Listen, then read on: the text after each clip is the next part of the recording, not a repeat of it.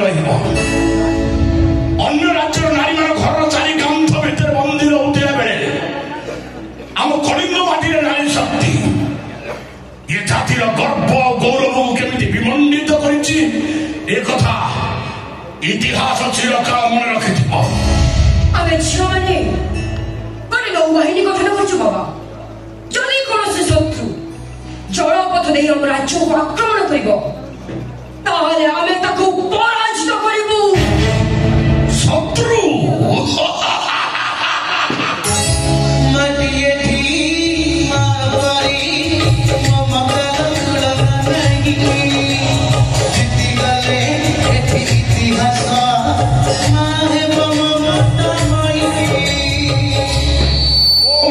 କଳିଙ୍ଗକୁ ଆଖି ଦେଖି ଚାହିଁବାକୁ ଏ ପୃଥିବୀ ପୃଷ୍ଠରେ କେହି ଜନ୍ମ ହେଇନି ରେ ମା।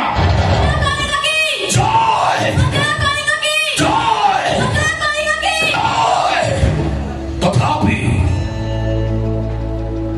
ତମେ ନୌବାହିନୀ ଗଠନର କଥା ଶୁଣି ମୁଁ ଆନନ୍ଦିତ।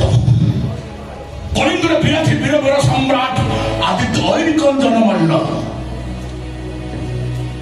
ସମ୍ବାଦ ପାଇ ବହୁତ ଆନନ୍ଦିତ ରେ ମା।